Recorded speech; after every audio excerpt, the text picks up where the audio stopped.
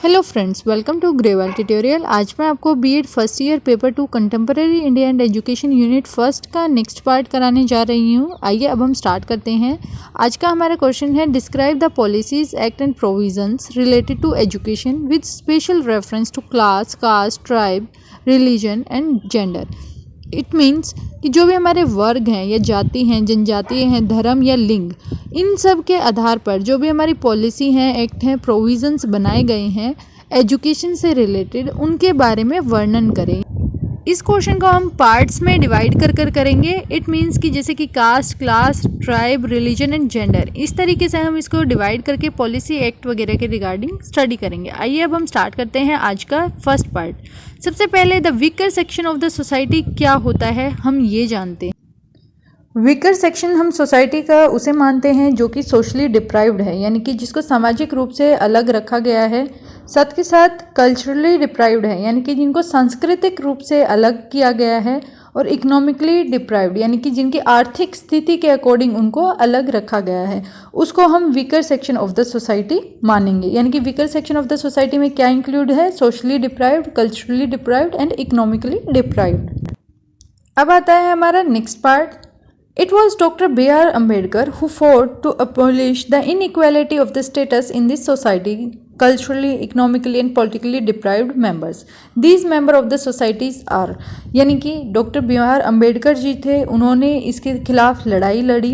जो इनइक्वालिटी का स्टेटस था, यानी कि जिनको हम weaker section of the society कह रहे थे, उसके खिलाफ जो है लड़ाई की गई। और उसके अंदर इन्होंने किस किस को माना गया कि इनको जो है सोशली, इकोनॉमिकली और कल्चरली डिप्राइव्ड रखा गया है, तो वो थे हमारे schedule caste and schedule tribes, या फिर अदर बैकवर्ड क्लास, या फिर lower caste, handicap person and minorities, यानी कि जो अनुसूचित जाति हैं या अनुसूचित जनजाति हैं, या अन्य कोई भी पिछड़ा वर्ग है, या फिर कोई विकलांग है, या फिर अल्पसंख्यक है। यानी कि इन सब को जो है किस में रखा गया था कि इनको हम सोशली डिप्राइव्ड यानी कि वीकर सेक्शन के अंदर इनको इंक्लूड किया गया था, और जिसके लिए जो है डॉक्टर B.R. अम्बेडकर ने लड़ाई लड़ी थी। Next one is the constitution of India has to perform the following duties to the weaker section related to education. यानी कि जो हमारे जो कॉन्स्टिट्यूशन है, संविधान जो है हमारा, उसमें जो है वीकर सेक्शन के लिए एजुकेशन की कुछ ड्यूटीज़ जो है बताई गई हैं। यानी कि हमारे संविधान में कुछ ड्यूटीज़ बताई गई हैं जो कि कमज़ोर वर्ग हैं उनके लिए। फर्स्ट आता है जिसे फ्री एंड कंपल्सरी एजुकेशन, यानी कि निःशुल्क शिक्षा दी जाए और अनिवार्य हो शिक्षा हमारी, यानी कि जो बच्चे 6 to 14 ईयर्स की एज के हैं उनको फ्रीली जो है एजुकेशन दी जाए।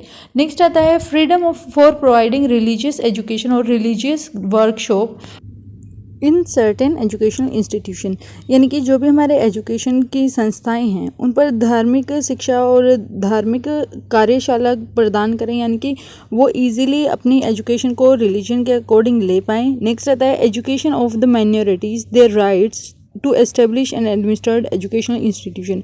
और जो माइनॉरिटीज़ ग्रुप हैं, यानी कि माइनॉरिटीज़ ग्रुप कौन से होते हैं, जैसे कि कई जगह पर हिंदू माइनॉरिटी में है, कई जगह पर मुस्लिम माइनॉरिटी में है। अब जैसे कि अगर हम यूपी की बात करें तो वहाँ पे मुस्लिम भी बहुत ज़्यादा हैं, या फिर हम कहीं और जैसे कि क्रिश्चियन हैं मान लेते हैं, तो क्रिश्चियन जो है यूपी में बहुत कम मिलेंगे एज़ कम्पेयर टू हिंदू, ठीक है, और या फिर मुस्लिम, तो वो माइनॉरिटी ग्रुप है, यानी कि क्रिश्चियन जो होंगे वो माइनॉरिटी ग्रुप में होंगे। इसी तरीके से कई जगह पर जो है हिंदू माइनॉरिटी ग्रुप में होंगे।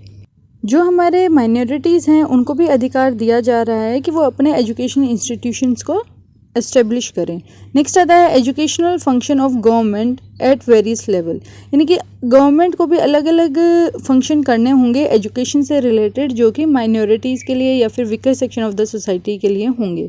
Educational obligation in Indian constitution, यानी कि भारतीय संविधान में शिक्षक दायित्व, यानी कि ऑब्लिगेशंस क्या क्या हैं, इसके रिलेटेड भी हमारे संविधान में चीज़ें बताई गई हैं। और education of the society and educationally backward class and women, यानी कि एजुकेशन हम किस तरीके से सोशली प्रोवाइड कर सकते हैं, एजुकेशनल जो है बैकवर्ड सेक्शन को किस तरीके से दी जा सकती है, और साथ के साथ वुमेन को किस तरीके से पढ़ाया जा सकता है, इन सब चीज़ों के बारे में हम जो स्टडी करेंगे। यानी कि हमारे 6 पार्ट में ये क्वेश्चन कवर होगा। फर्स्ट में हम फ्री एंड कंपल्सरी एजुकेशन के बारे में पढ़ेंगे।